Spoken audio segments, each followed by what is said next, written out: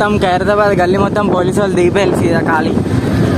రేపటి సెక్యూరిటీ కోసం ఇవాళ నైట్ గేట్ మొత్తం సెక్యూరిటీ కోసం పోలీసు వాళ్ళు మొత్తం దిగిపోయా. ఈ గల్లీ మొత్తం ఇట్లా ఉండదు. రేపు డైరెక్ట్ హవా 9 రోజులు హవా ఉంటుంది. హవా ఖాళీ ఇదంతా లైన్ల గీళ్ళతోని ఇదంతా ఇక బండ్లు రాని రేపటి నుంచి. హవా గణేశుడు ఎంత ముద్దుగా ఉన్నాడు అనుకో. ఖాళీ అయిపోయింది. ఫినిషింగ్ టచ్ ఇచ్చేసిర్రు బాయ్. ఇదైతే రేపు వినాయక చవితి.